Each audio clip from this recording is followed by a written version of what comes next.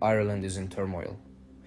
A working-class uprising has erupted on the streets of Dublin, sparked by what locals call a crisis of uncontrolled immigration.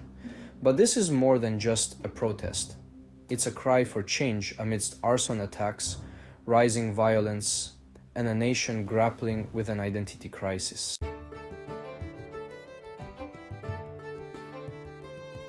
Let's set the stage. It all started nearly 2 years ago when the East Wall district of Dublin became ground zero for what some saw as an unsustainable immigration policy. People in Ireland have always been welcoming, but in recent years, they've seen waves of immigration unlike anything before.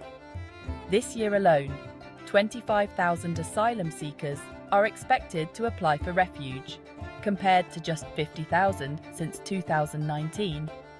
It's a significant jump, and it's happening against the backdrop of a severe housing crisis.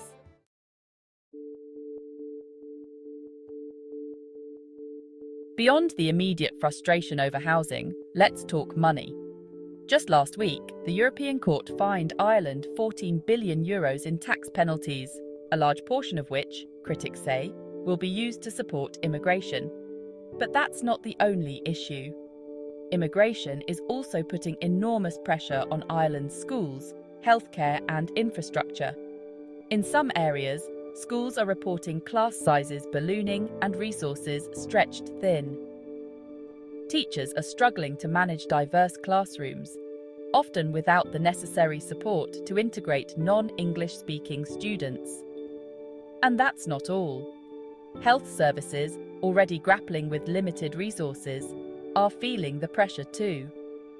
Waiting times for critical appointments have soared, especially in cities where asylum seekers are concentrated.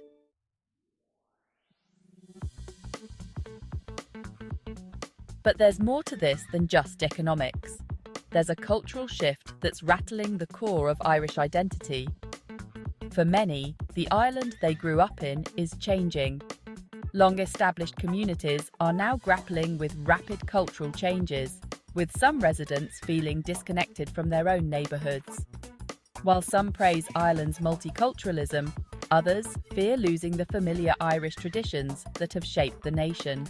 We're not against helping people in need, but our government has forgotten about us, the Irish working class.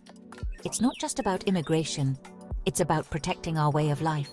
Many of these sentiments echo across Europe, where mass immigration and rapid demographic changes have sparked similar debates.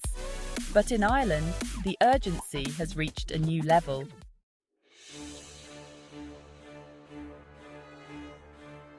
With a general election looming in November, politicians are paying close attention.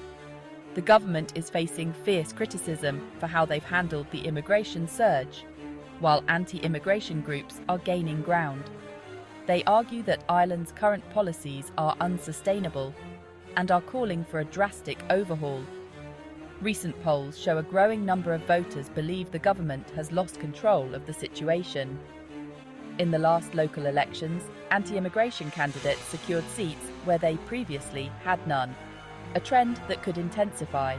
If the government doesn't address these concerns, they risk losing significant support in the upcoming elections.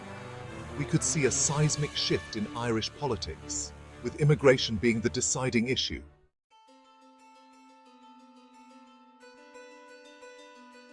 But Ireland isn't alone.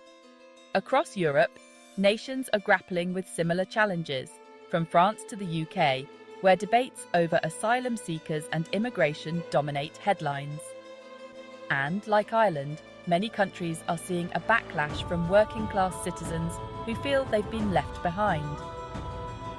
What's happening in Dublin is part of a broader, global conversation.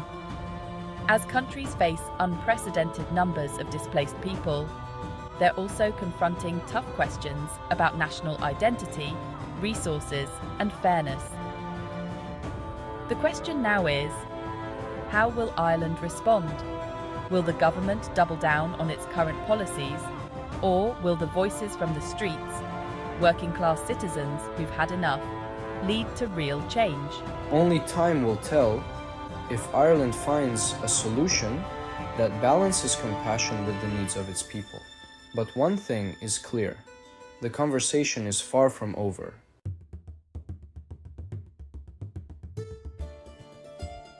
What do you think?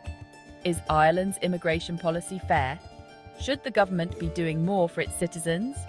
Or is this protest movement missing the bigger picture? Let us know your thoughts in the comments below. And don't forget to subscribe for more in-depth coverage of global issues.